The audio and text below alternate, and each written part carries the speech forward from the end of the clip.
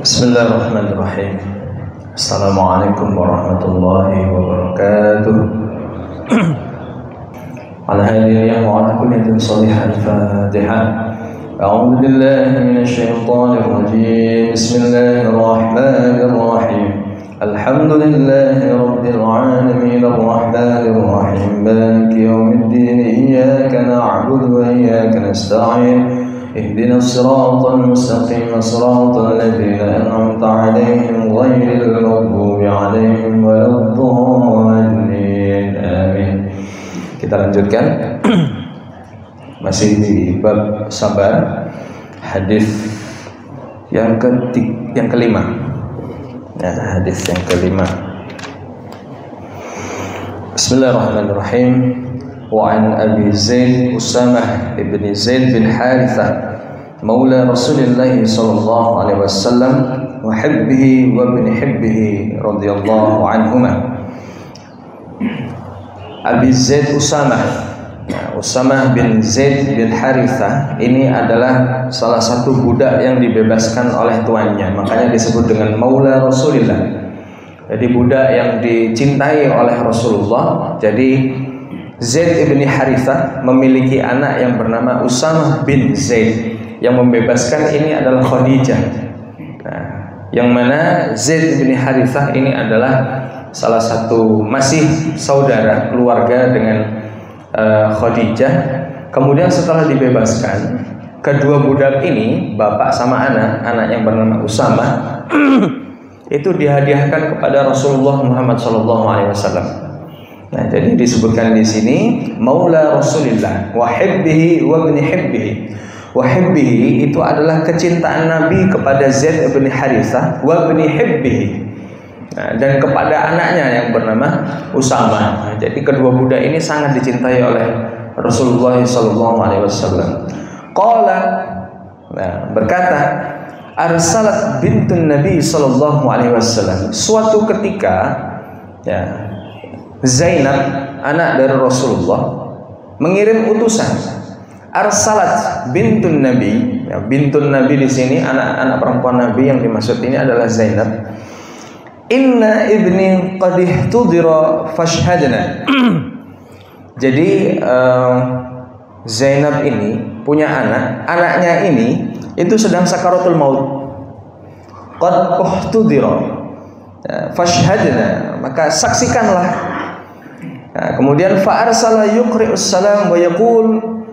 Nah, kemudian Rasulullah karena saking sibuknya dengan urusan beliau tidak bisa menghadiri panggilan daripada Zainab untuk menyaksikan anaknya atau cucu Rasulullah yang saat itu sedang sakaratul maut.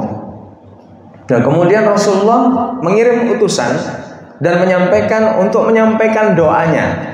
Jadi Rasulullah menitipkan doa, wa yaqul inna lillahi ma akhadha wa lahu ma a'ta wa kullu syai'in 'indahu bi ajalin musamma faltasbir wal tahtasib.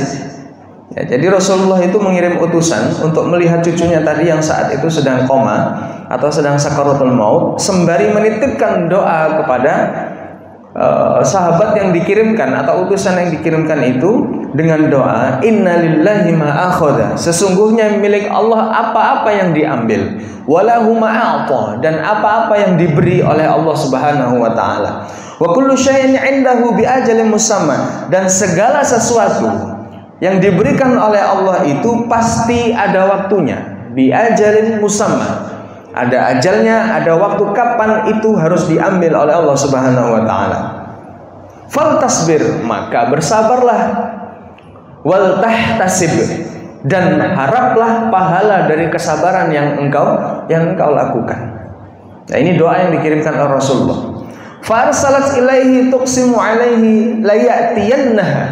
Kemudian utusan itu disuruh kembali oleh Zainab, katakan bahwa tolong sampaikan kepada Rasulullah untuk datang melihat cucunya yang saat ini sedang sakaratul maut.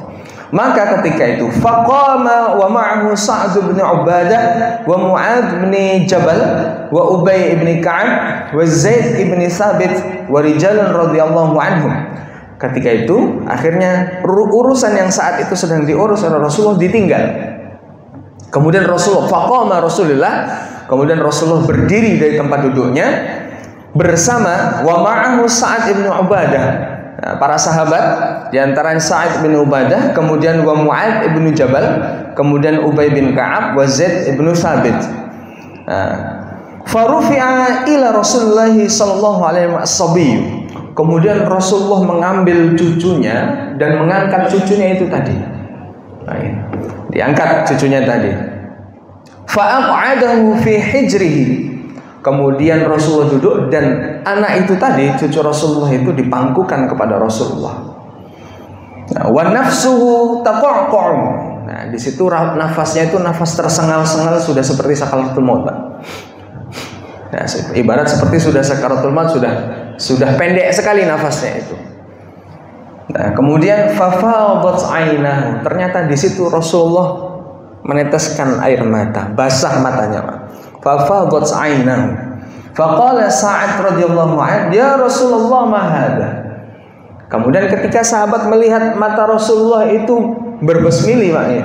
Berbesmili kemudian sempat menetes, sahabat yang bernama Sa'ad bertanya kepada Rasulullah, "Ya Rasulullah, ma hadza?" Ya Rasulullah, apa ini?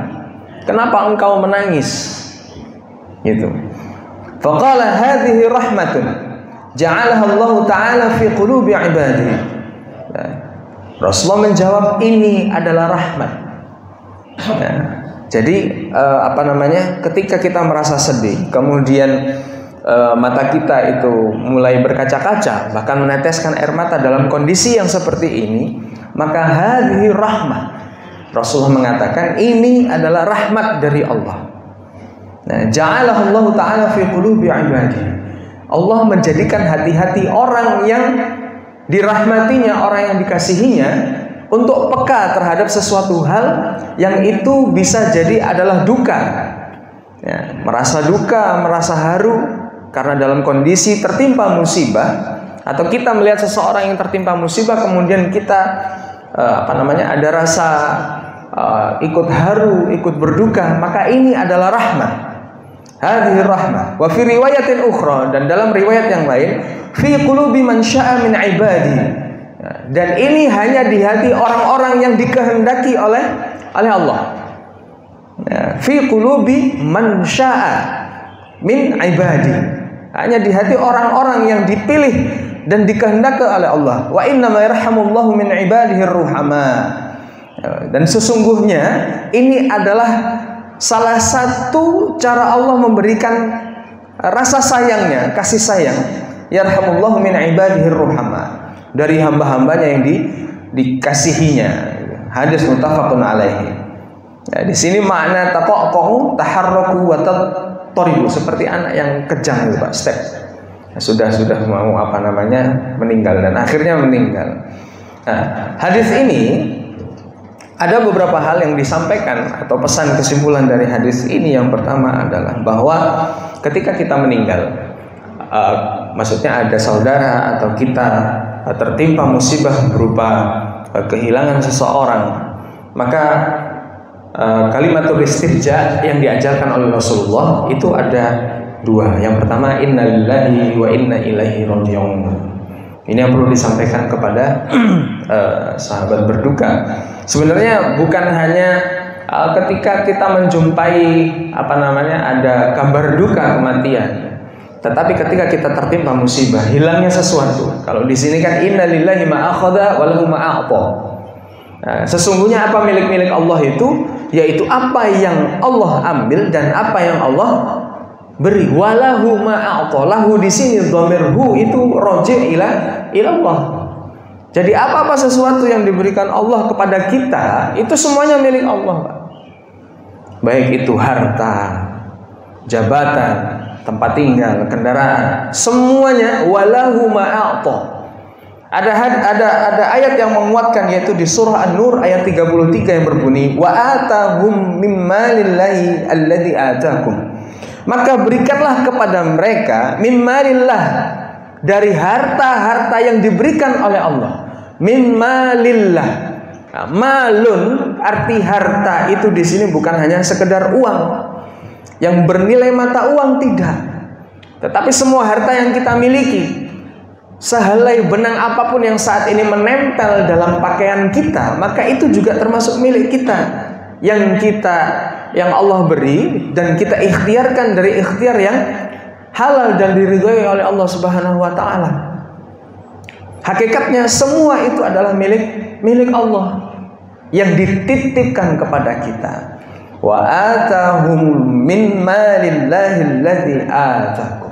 Maka berikanlah kepada mereka harta-harta yang diberikan oleh Allah, yang sudah aku berikan. Makanya ketika ada kabar yang duka, baik itu kehilangan harta, layaknya kalau kita kehilangan uang kita, Pak, yang kita ucapkan itu, biar hati ini lebih tenang, biar hati ini lebih kuat.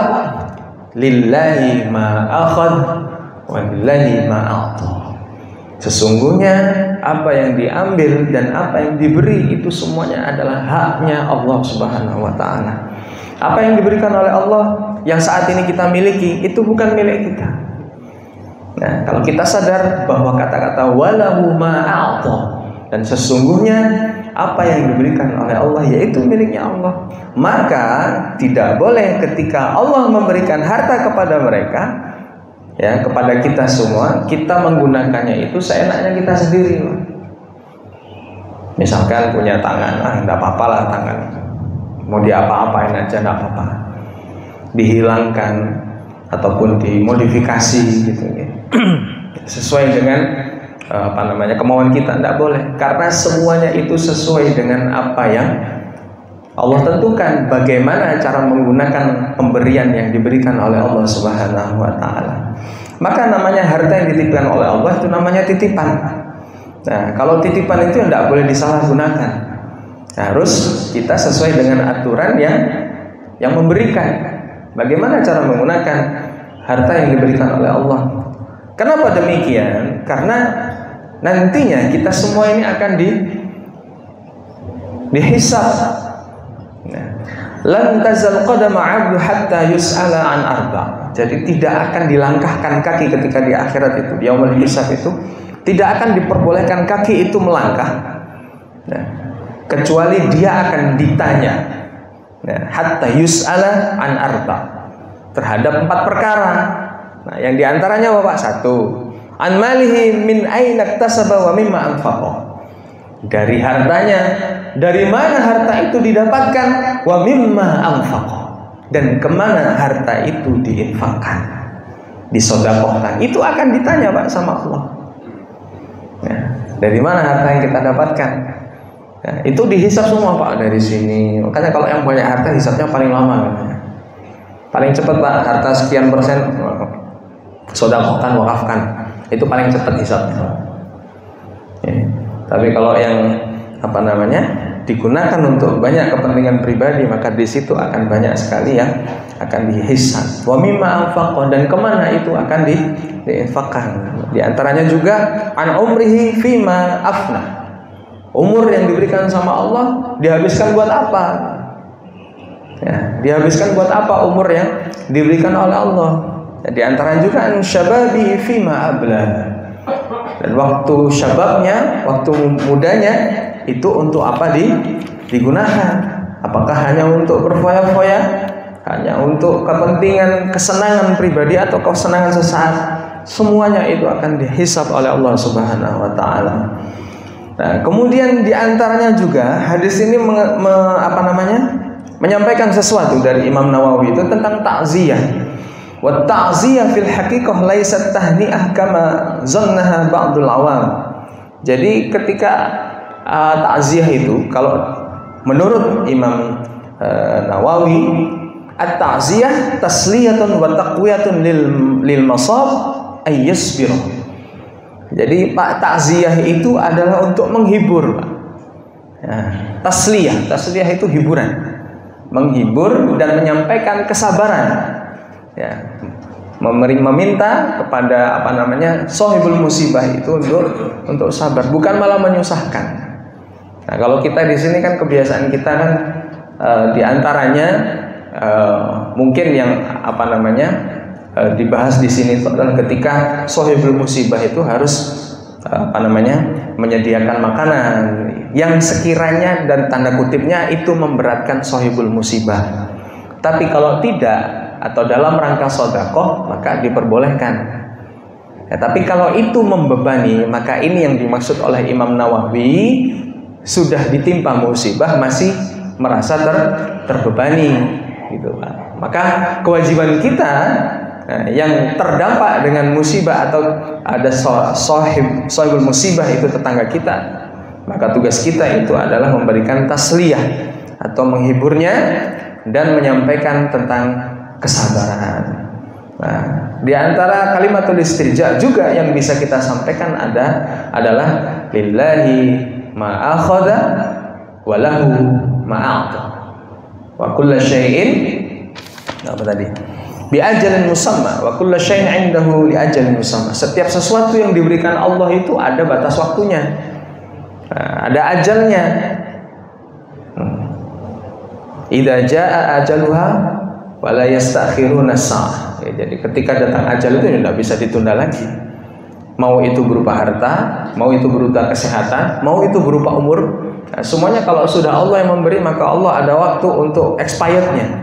Kapan itu harus diambil, ya sudah diambil. Dipertahankan tidak bisa, tidak akan bisa.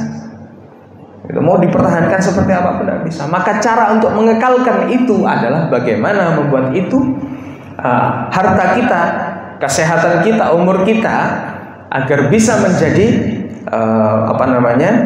sangu kita atau bekal kita nanti di akhirat. Itu salah satunya adalah dengan diinfakkan. Usia kita infakkan kepada hal-hal yang baik. Ya. Kemudian harta kita salurkan kepada yang lebih bermanfaat, dan itu ada jariah yang mengalir. Ilmu kita kita dapatkan walaupun hanya sedikit, hanya menyampaikan alif, ba, ta, sa, jim atau mengajarkan Fatihah kepada anak kita, selagi anak kita itu masih melaksanakan dan nanti mengajarkannya kembali, maka itu termasuk jariah kita. Harta yang kita miliki pun juga sama. Kemana harta kita diinfakkan? Selagi harta kita itu masih bisa membuahkan jariah kepada kita, maka saat ini pun juga jariah itu akan mengalir kepada kita. Ya, nah ini yang harus kita sadari. Nah, lagi-lagi kita kembalikan diri kita, memotivasi diri kita dengan kalimatul istirja, innalillah, sesungguhnya segala sesuatu milik Allah, wa inna ilaihi raji'un, dan sesungguhnya dia itu akan kembali kepada Allah. Lillahi ma akhadha wa lahu ma a'ta. Sesungguhnya segala sesuatu itu milik Allah. Apa-apa yang diambil itu milik Allah. Ketika kehilangan sesuatu itu milik Allah. Kita kuatkan hati kita agar tidak terlalu merasa kehilangan. Nah, kalau kita sadar ketika iman kita sudah mencapai puncak, kita sadar bahwa segala sesuatu titipan yang dititipkan oleh Allah pada kita, maka selayaknya apa yang dititipkan itu kita rawat dengan sempurna. Ilmu dititipkan oleh Allah kepada kita. Bagaimana cara kita merawat ilmu itu? Yaitu dengan cara diajarkan. Harta yang dititipkan kepada kita, bagaimana harta itu bisa berbuah keberkahan? Dengan cara diinfakkan, dizakatkan. Kalau zakat itu kan membersihkan, Pak. Yang mengikat itu adalah wakaf. Nah, kalau kita sekarang ini lagi rame-ramenya, gencar-gencarnya membahas tentang kiswah, gerakan Indonesia zakat dan wakaf. Ini sedang ramai sekali dibahas. Nah, jadi bahasanya wakaf itu adalah pengakuan kita kepada Allah bahwa ini yang engkau titipkan kepadaku, nah, aku kekalkan itu di wakaf, sehingga itu bisa berbuah menjadi jariah. Nah, kalau zakat itu sifatnya itu membersihkan yang kotor-kotor. Gitu ya. Itu untuk hadis yang pertama pada pagi hari ini. Ada hadis selanjutnya, ini agak panjang hadisnya. Wa an Suhaib radhiyallahu an, dari Suhaib, anna Rasulullah sallallahu alaihi wasallam yaqul, kana malikun fi man kana qablakum. Nah, ada suatu raja sebelum kalian. Wa kana lahu sahir. Raja ini itu memiliki ilmu sihir. Falamma kabira qala lil malik. Kemudian ketika nama raja itu sudah besar dengan ilmu sihirnya itu, raja itu berkata, "Inni qad kabirtu." Sudah lengkap ini ilmu kekebalanku. Ilmu sihirku ini sudah sempurna. Fab'ath ilayya ghulaman u'allimhu sihra. Maka pasukannya disuruh mencari seseorang pemuda atau laki-laki, a'lamuhu sihra. Nanti akan aku turunkan, akan aku ajarkan ilmu sihir ini kepada pemuda itu. Fa ba'atsa ilaihi ghulaman yu'allimuhu. Kemudian dicarikan seorang pemuda tersebut. Wa kana fi tariqihi idza salaka rahibun. Kemudian pemuda itu akhirnya datang kepada sang raja dan dia melewati suatu jalan. Wa kana fi tariqihi idza salaka rahibun. Kemudian di tengah jalan itu, dalam perjalanannya menuju kepada seorang raja yang ahli sihir tadi, dia bertemu dengan rohib. Rohib itu pendeta. Nah, pendeta kalau bahasa kita itu ustadz. Di tengah jalan ketemu dengan ustadz itu atau pendeta. Faqa'ada ilaihi wa sami'a kalamahu fa'ajabahu. Kemudian dia duduk di depan si pendeta tadi, kemudian mendengarkan nasihat-nasihat dari pendeta tersebut. Nah, fa'ajabahu, kemudian dia terkagum-kagum, Pak. Fa'ajabahu, ajib, terkagum-kagum dan merasa luar biasa atas nasihat yang diberikan oleh rohib tersebut, pendeta tersebut. Wa kana idza atas-sahira marra birrahib waqa'a ilaihi. Kemudian dia datang akhirnya kepada seorang raja tersebut yang memiliki ilmu sihir itu, terlambat dia datang. Faida atas sahiru dorobahu. Kemudian ketika dia datang terlambat, maka penyihir itu, raja penyihir itu memukuli dia, memukuli si pemuda tadi. Kenapa kamu terlambat? Fasyaka dzalika ila rahib. Kemudian dia mengadukan itu kepada pendeta tersebut. Faqala idza khasyatis sahir faqul. Maka si rahib tadi, pendeta tadi berkata, kalau engkau takut kepada raja penyihir itu, faqul, katakanlah, hasabani ahli. Wa idza khasyat ahlaka faqul hasabani as-sahir. Jadi ketika engkau dipukul dan engkau takut, katakan ketika engkau datang terlambat bahwa keluargaku menahanku. Ya, hasabani ahli. Wa idza khasyat ahlaka, dan ketika engkau takut pulang nanti ditanya kepada keluargamu, maka katakan hasabani sahir. Raja penyihir itu menahanku. Fa bainama huwa ala dzalika idza ata ala dabah azimah qad hasabatin nas. Kemudian itu berlalu. Kemudian dia berjalan lagi menuju ke tempat penyihir itu tadi. Dan dalam perjalanannya, idza ata ala dabatin azimah, dia bertemu dengan hewan yang sangat besar dan itu buas sekali. Qad hasabatin nas, yang mana hewan itu terus menghalangi orang-orang yang melewati situ dan tidak ada yang lolos. Faqala al-yawm a'lamu sahir afdal am rahib afdal. Maka dia berkata dalam dirinya, hari ini al-yawm, a'lamu, aku akan mengetahui, as-sahiru afdal am rahibu afdal. Yang benar, yang sakti itu penyihir itu tadi atau pendeta, gitu lah. Fa'akhadha hajaran, maka dia mengambil sebuah batu. Faqala, dan dia berdoa, Allahumma in kana amrul rahib ahabba ilaika min amri sahir faqtul hadhihi dabah hatta yamdiyan nas.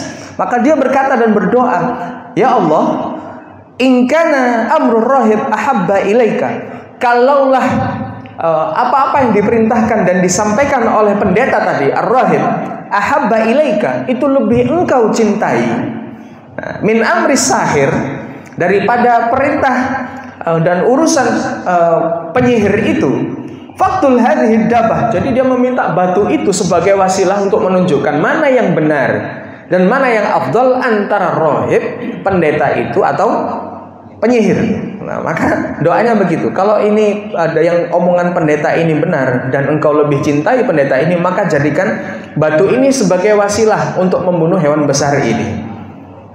Hadhihi dabah hatta yamdin nas, sampai orang-orang bisa melewati jalan ini.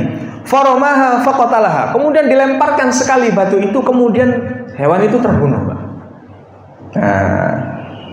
Wa madhan nas, akhirnya ternyata omongannya si rohib ini lebih betul gitu. Kemudian fa'atar rohib fa'akhbarahu, kemudian dia datang kepada pendeta itu dan mengabarkan apa yang saat itu sedang dia alami. Maka faqala rohib, maka si pendeta tadi berkata, "Ai bunayya, ya bunayya, antal yawm afdalu minni." Wahai anakku, hari ini engkau itu lebih baik daripada aku. Antal yawm afdalu minni. Kau lebih baik dan lebih hebat dariku gitu. Qad balagha min amrika ma ara. Ternyata engkau sudah melampaui batas apa yang aku tidak ketahui darimu. Wa innaka satubtala. Dikatakan pendeta itu bahwa setelah ini engkau akan diuji. Satubtala. Fa in tuliyat fala tadullu alayya, dan ketika engkau diuji jangan pernah menyebutkan di mana posisiku saat itu. Jadi si pendeta tadi menyampaikan pesan bahwa nanti ketika kamu diuji jangan menyampaikan nanti posisiku di mana gitu. Wa kana al-ghulam yubri'ul akmaha wal abros. Ketika itu ternyata si pemuda ini diberikan karomah oleh Allah, yaitu bisa menyembuhkan penyakit buta dan di sini tulisannya albino, kalau abros, akmah wal abros. Itu bisa menyembuhkan, Pak. Beda sama dukun. Kalau dukun itu sesuatu yang dipelajari. Kalau dalam Islam itu ada namanya karomah. Karomah itu sesuatu yang diberikan langsung oleh Allah, atau ilmu laduni. Pemuda ini yang memberikan langsung dari Allah, bukan dipelajari. Kalau dipelajari namanya sihir atau kedukunan. Wa yudawin nas min sairil adwa, dia mengobati manusia-manusia yang dijumpai. Fasami'a jalisun lil malik kana qad amiya. Kemudian terdengarlah itu oleh sahabat raja penyihir itu tadi.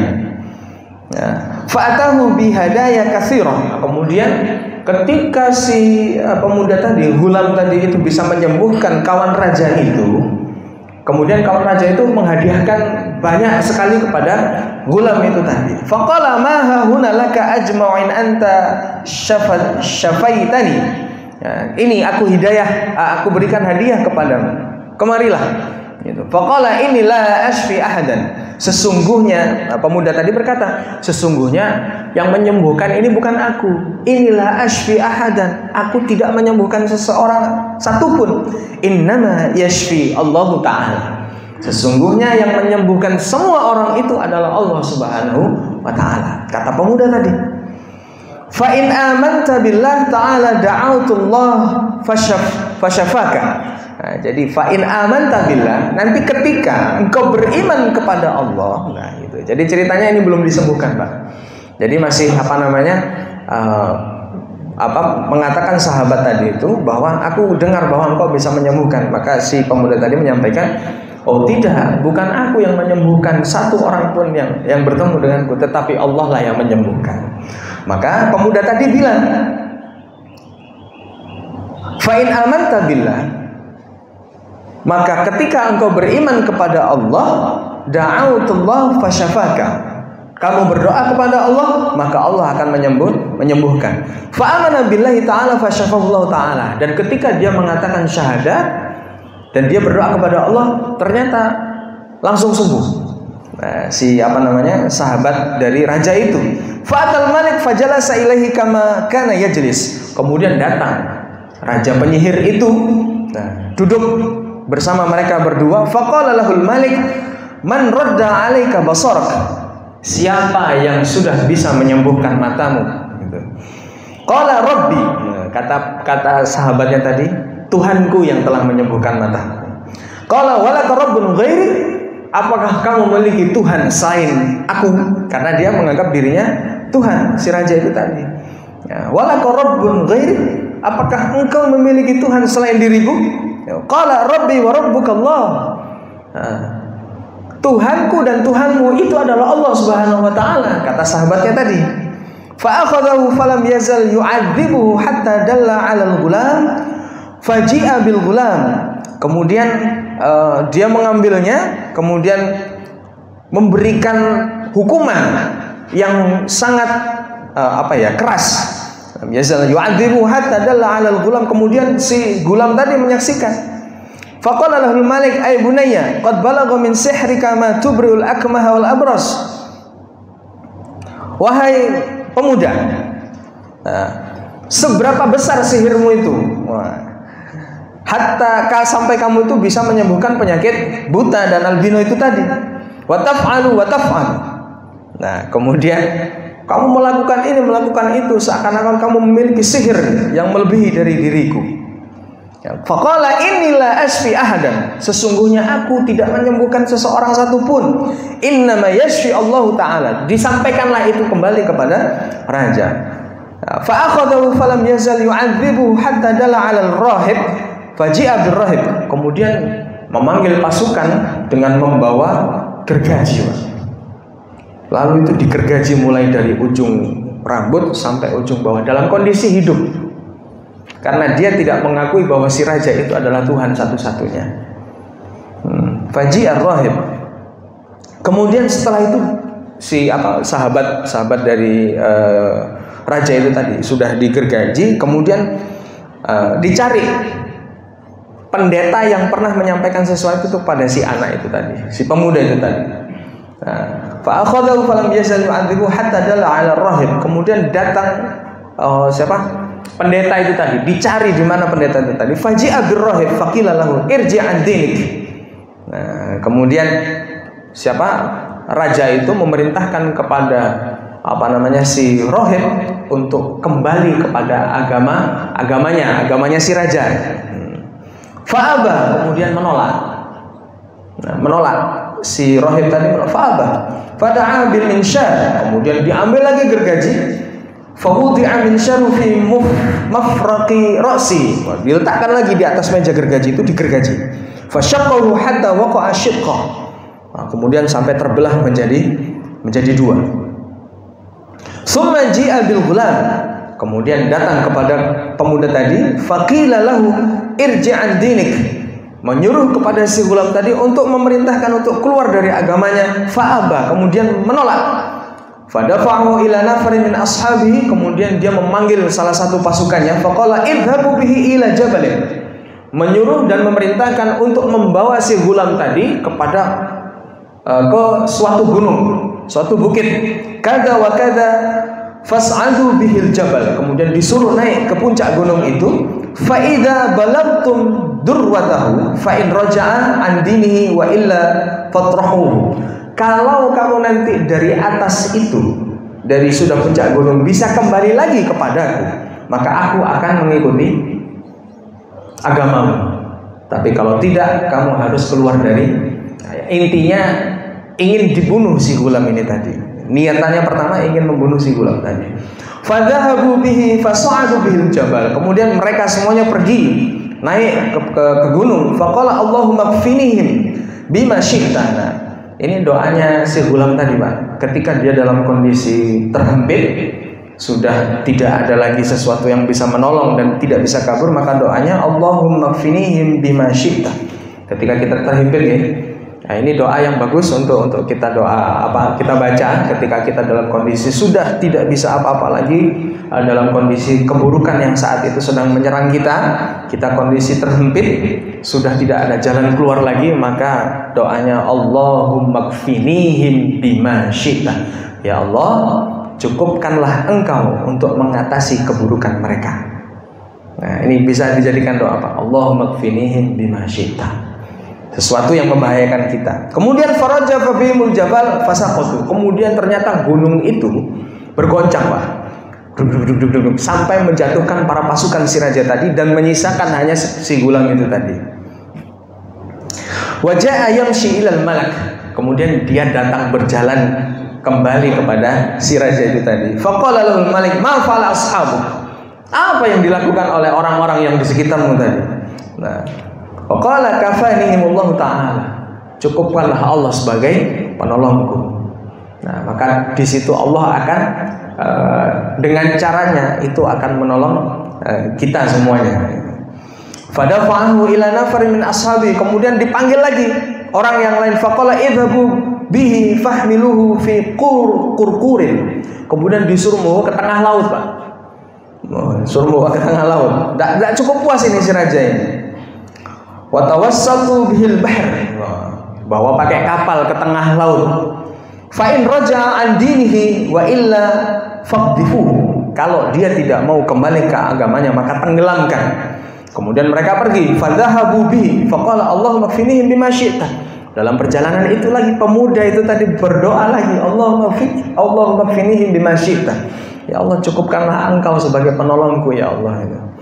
Nah, kemudian fankafa'at bihimus safinah faghariqu. Kemudian ternyata kapalnya tenggelam, tapi si pemuda ini masih selamat.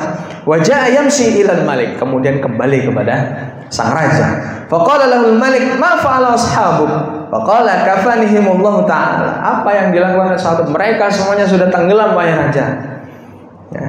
Dan Allah lah cukup sebagai penolongku. Faqala lil malik, innaka lasta biqatili hatta taf'alu ma amara rabbi. Jadi innaka, sesungguhnya engkau tidak akan bisa membunuhku, kata si gulam tadi, hatta taf'ala ma amuruka bihi, kecuali engkau itu mentaati perintahku. Nah, kata si gulam, wahai raja, engkau itu tidak bisa membunuh aku kecuali engkau itu nuruti apa yang aku perintahkan. Qala ma huwa, kata raja, apa itu? Qala tajma'un nas fi sa'idin wahidin. Engkau kumpulkan manusia-manusia di satu tempat, fi sa'idin wahidin, dalam satu lapangan, wa taslibuni ala jid'in. Kemudian engkau panah ala jid'in, engkau panah kepalaku, lemparkan busur panah kepadaku. Summa khudh sahman min kinanati. Habis itu kamu ambil wa taslibuni ala jid'in. Dia minta disalib. Jadi di tengah lapangan dia minta disalib. Nah, kemudian summa khudh sahman min kinanati, kemudian ambil busur panah dari busurmu. Summa dha'is sahmu fi kabdil qais. Nah, kemudian hempaskan itu. Summa qul bismillahi rabbil gulam. Nah, ketika engkau hempaskan itu, kemudian engkau berkata bismillahi rabbil gulam. Mana sambil membaca bismillahi rabbil gulam. Menyebut nama Tuhan si gulam itu tadi. Sumarmi, kemudian lemparkan anak panah itu. Fa innaka idza fa'alta dzalika qataltani. Sesungguhnya ketika engkau melakukan itu, engkau akan membunuhku. Nah, karena ada keinginan yang menggebu-gebu dari si raja itu untuk membunuh si gulam ini, maka itu dilakukan. Fa jama'an nas fi sa'idin wahidin. Nah, kemudian dikumpulkan manusia di dalam satu tempat. Wasalabahu ala jid'in. Nah, kemudian menyalibnya, disalib dia. Summa akhadha sahman min kinanati, mengambil panah dan busurnya. Summa wada'a sahmu fi kabdil qais, menjadi sasarannya itu adalah kepalanya. Summa qala bismillahirabbil ghulam. Kemudian sang raja itu tadi membaca doa bismillahirabbil ghulam. Summa ramahu fawaqa as-sahmu fi sudghihi. Kemudian akhirnya anak panah itu tadi menembus dari kepalanya. Faqala an-nas amanna birabbil ghulam. Nah, ternyata setelah kejadian itu, sambil si gulam tadi menyentuh kepalanya yang terkena hempasan busur panah itu sambil darahnya berceceran, ternyata di situ manusia yang hadir semuanya berkata amanna birabbil ghulam. Nah, semua manusia yang berkumpul mengatakan kita beriman kepada Tuhannya si gulam. Fa'utiyal malik. Nah, kemudian si raja itu tadi marah besar. Faqila lahu ara'aita ma kunta tahzan. Apa kalian sadar terhadap apa yang sudah kalian ucapkan, yang kalian lakukan? Qad wallahi nazala bika hadruk qad amana nas. Ternyata dia takjub. Dia merasa heran, kenapa manusia itu bisa beriman. Nah, ternyata apa Pak? Yang diambil tadi adalah ketika dia mengatakan bismillahirabbil ghulam, itulah yang didengarkan oleh para manusia yang ada di situ. Nah, kemudian sang raja saking marahnya, beliau itu memerintahkan pasukannya untuk membuat parit melingkari lingkaran manusia itu tadi. Dibuat lubang besar sekali, Pak. Nah, di situ kemudian fa'amara bil ukhdudi bi afwahi sakik fakhuddat wa udrima fiha an-nairan. Kemudian dia di situ diberikan api, dinyalakan api di lingkaran itu. Habis digali, melingkari manusia yang ada di situ, kemudian diberikan api. Wa qala man lam yarji' an dinihi fa aqhimuhu fiha. Kalau kamu tidak mau kembali kepada agamaku, maka silahkan kalian terjun dan masuk kepada parit yang sudah menyala api itu tadi. Nah, akhirnya banyak yang masuk, Pak, di situ. Karena mereka tidak mau kembali kepada agamanya si raja. Au qila lahu aqtahim fa fa'alu hatta ja'at imra'atun. Kemudian sampai tersisa, kemudian datang seorang wanita, ja'at imra'atun wa ma'aha sabiyyun laha. Kemudian datang seorang wanita kepada sang raja, mau menghampiri sang raja itu sambil menggendong bayi. Nah, fataqasa'at an taqa'a fiha. Kemudian merasa heran, faqala laha al-ghulam. Kemudian dia tuh merasa heran, kenapa? Karena si bayi ini tadi itu bisa berkata kepada ibunya, ya ummah isbiri fa innaki 'alal haq. Kata si bayi itu tadi kepada si ibunya itu berkata, ya ummah, wahai ummiku, wahai ibuku, bersabarlah, isbiri fa innaki 'alal haq. Sesungguhnya engkau berada di dalam kebenaran. Maka masuk, Pak, dua-duanya masuk. Nah, jadi kisah yang bisa diambil dari dari hadis yang panjang ini diantaranya adalah bahwa kesabaran umat-umat terdahulu itu sangat luar biasa sekali. Perjuangannya sangat luar biasa sekali dalam mempertahankan kalimat Allahu Ahad, itu Tuhan satu. Itu dulu perjuangannya sangat luar biasa sekali. Beda dengan kita, Pak, sekarang. Hanya dengan hanya dengan mata uang saja kita bisa menjual agama kita. Kalau dulu sampai digergaji, gitu, sampai dimasukkan ke dalam kobaran api, tidak ada yang bisa mengguncangkan hati dari kalimat asyhadu an la ilaha illallah wa asyhadu anna muhammadar rasulullah. Tidak ada yang bisa menggoncangkan itu. Kalau kita lihat juga saudara-saudari kita yang ada di Palestina, bahkan sampai detik ini mereka masih kokoh mempertahankan kalimat tauhid dan tidak beranjak dari tempatnya. Ya. Dibandingkan dengan kita sekarang, apakah kita mungkin sudah banyak terlena dengan fasilitas-fasilitas duniawi yang itu mungkin sudah tidak berada di genggaman kita lagi, melainkan sudah masuk dalam hati kita masing-masing. Nah, ini pesan luar biasa dalam hadis yang diberikan oleh Imam Nawawi untuk kita itu bisa lebih sabar, kita lebih kuat lagi dalam mempertahankan kalimat tauhid. Nah, di hadis yang awal tadi juga sama, bahwa pesan kesabaran itu justru menjadi sebuah kata kunci yang luar biasa ketika kita dalam kondisi yang kesedihan, gitu. Dalam kondisi kesedihan, ketika seorang muslim ditimpa hal-hal yang tidak mengenakkan dan tidak membuat kita senang, justru Allah merintahkan kita bersabar. Ketika kita diberikan kelebihan kenikmatan, maka Allah merintahkan kita bersyukur. Paling gampangnya begini, Pak, ketika Allah itu mengabulkan apa yang kita inginkan, maka Allah sebenarnya menginginkan kita untuk mendapatkan pahala, yaitu pahala syukur. Tapi ketika keinginan atau hajat atau kita dalam kondisi musibah memintanya begini, ternyata yang dikasih adalah sesuatu yang tidak mengenakan, nah, maka Allah sebenarnya menginginkan kita untuk mendapatkan pahala kesabaran. Lillahi ma akhadha wa lahu ma a'ta. Itu ya.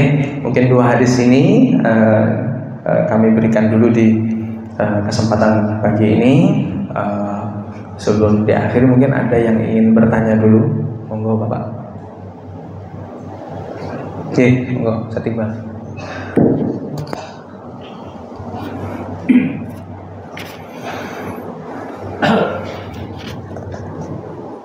Izin izin bertanya saja. Bila mana kita diuji oleh Allah dengan dihadirkan orang yang menzalimi diri kita, lalu kita memberikan pembelaan diri terhadap diri kita. Nah, apakah itu sudah keluar dari koridor sabar atau masih dalam kewajaran? Sedangkan kita lihat Nabi saat dizalimi atau dicela terhadap dirinya sendiri, beliau membiarkannya atau tidak dibalas. Terima kasih. Ya. Yang pertama, qulil haqqa walau kana murran, gitu. Katakan walaupun itu pahit, gitu ya. Sebenarnya bukan posisi membela. Tapi ketika kita menemukan kezaliman atau kita yang dizalimi, kemudian kita menyampaikan hal yang benar, maka kalau secara fitrah manusia, ya boleh saja, gitu. Boleh saja asal tidak melebihi kapasitas itu. Maksudnya ketika menyampaikan kebenaran dia masih tidak terima, masih menzalimi kita, kemudian kita membalas itu dengan hal yang lebih, mungkin ini yang dikatakan melebihi kapasitas daripada kesabaran. Tapi kalau kita masih menyampaikan hal yang benar, hanya menyampaikan hal yang benar, nah itu insya Allah masih tidak ada masalah. Nah, kita ini juga sabar kita kan tidak seperti sabarnya Rasulullah ya. Rasulullah itu kan ketika mendapatkan musibah yang Allah Rasulullah sampaikan, ucapkan pertama kali alhamdulillah. Nah, kalau kita tingkatan kesabaran kita sudah sampai di situ, karena ada 4 Pak ya, ditimpa musibah yang pertama kali ada yang merespon itu dengan kecewa, menyampaikan itu dengan mulut, lisan ataupun dengan hatinya kecewa. Jadi lisannya menyampaikan kekecewaan. Yang kedua, menerima itu dengan kesabaran. Nah, mulutnya, lisannya tidak menyampaikan kecewaan, tapi hatinya masih kecewa. Nah, yang ketiga itu ridho. Hatinya tidak kecewa, mulutnya juga tidak kecewa. Yang keempat bersyukur. Nah, kalau kita tingkatan kita ketika dapat musibah kemudian alhamdulillah masih diberikan musibah. Kalau tingkatannya seperti itu baru. Gitu ya. Tapi kalau kita ya kadang nomor 1. Kalau hatinya lagi bagus-bagusnya nomor 3 gitu ya. Paling enggak maido gitu ya. Tapi kalau hatinya sedang takwanya lagi tinggi gitu, alhamdulillah ya Allah. Tapi itu prosesnya panjang gitu. Prosesnya panjang. Sampaikan saja. Ya, setiap orang pasti akan menemukan orang-orang yang akan mengganggu keikhlasan. Nah, kalau saya pribadi caranya gampang, Ustaz. Udah diam aja. Kita tahu bahwa Allah lah tahu mana yang benar, mana yang salah. Insya Allah ketika seorang yang mukhlis atau ikhlas itu diganggu, nanti yang turun tangan itu Allah sendiri. Allah sendiri nanti yang bereskan orang-orang yang begitu doa. Kita tinggal doa saja. Banyak sholawat, banyak zikir. Intinya ketika hati sedang kondisi memikirkan orang atas keburukannya, maka langsung hilangkan itu dengan kalimatul istighfar, gitu, kalimatul tahlil. Nah, karena setan itu kan nguji kita itu nggak cukup sampai sampai hanya ketika kita nggak mau berdoa, enggak. Justru setan itu tujuan akhirnya itu adalah ketika manusia sudah mencapai tingkatan batas putus asa. Kalimatnya apa Pak? Percuma sholat, duitnya kok bade kok gitu ya. Percuma ngaji, nyatanya orangnya juga nggak berubah. Percuma doa keras-keras, tahajud tiap malam, tapi ternyata orangnya juga nggak berubah. Uangku juga nggak balik. Nah, kata iblis itu apa? Mission complete gitu. Misiku sempurna. Kenapa? Karena itu keinginan iblis itu adalah sampai di titik di mana manusia itu kecewa dengan Tuhannya. Makanya ada kalimat la ilaha illallah itu untuk menguatkan hati kita, untuk mengistiqomahkan kita itu senantiasa. Ya, sholat sudah, jadi niatannya sholat ya sholat aja. Nah, urusan doa mau dikabulkan atau tidak sama Allah, kita kembalikan lillahi ma akhadha wa lahu ma a'ta. Sudah kembali itu aja. Itu. Ketika itu diambil sama Allah ya sudah, innalillah. Itu sesungguhnya semua itu milik Allah. Wa inna ilaihi raji'un. Wa kullu syai'in indahu li ajalin musamma. Ya, itu sudah ada batasnya semua. Kapan Allah mau ambil ya Allah gitu ya. Diberi sesuatu alhamdulillah, diambil sama Allah alhamdulillah, tandanya apa? Rezeki itu tidak barokah buat kita, maka Allah ambil. Maka ketika kita mungkin terjadi sesuatu dalam diri kita, pernah mungkin kita jarang sedekah, ujung-ujungnya nanti ada suatu musibah itu yang mengambil atau menggigis harta kita. Ya sudah, berarti tandanya oh iya lupa kemarin nggak infak, kemarin nggak sedekah gitu ya. Anak sakit, istri sakit, atau mungkin itu kalau orang soleh itu berupa ujian, Pak. Ciri-cirinya apa? Ya Allah, kalau memang ini selesai engkau naikkan derajatku, maka ini ujian. Tapi kalau tidak selesai-selesai, ini namanya adab. Itu untuk mengkikis dulu sampai seberapa dosa yang kita lakukan. Nah, paling tidak sudah terhapus, baru nanti kembali lagi. Tapi kalau nggak sadar-sadar, ini bahaya. Itu, itu saja. Monggo yang lain. Monggo Pak Iwan.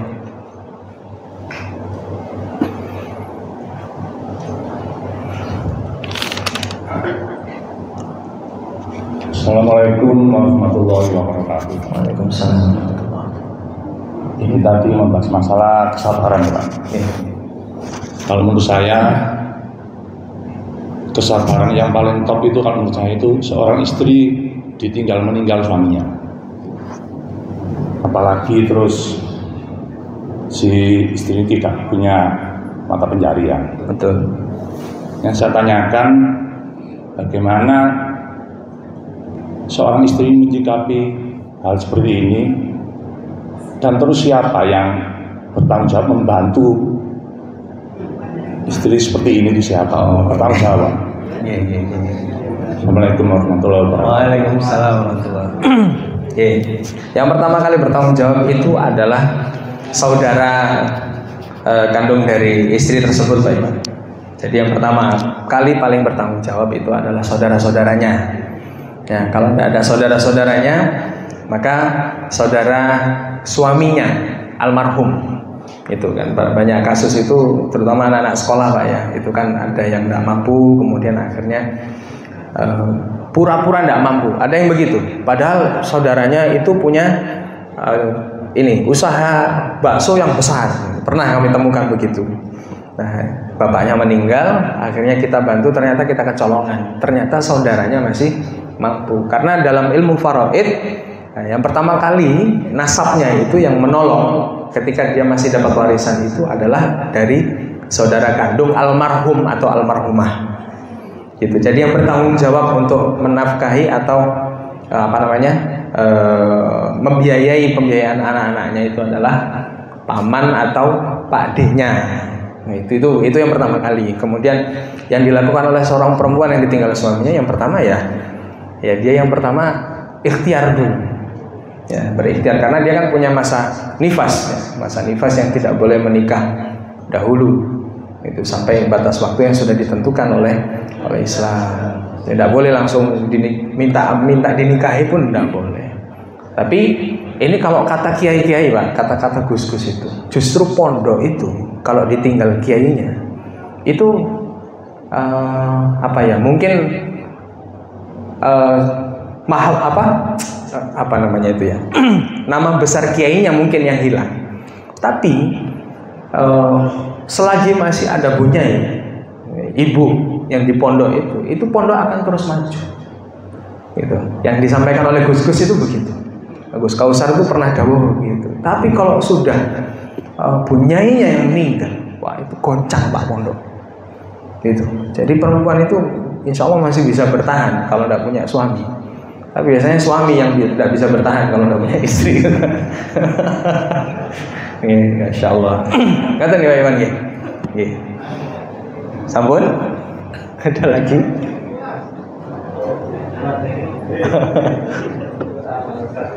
Sampun ya?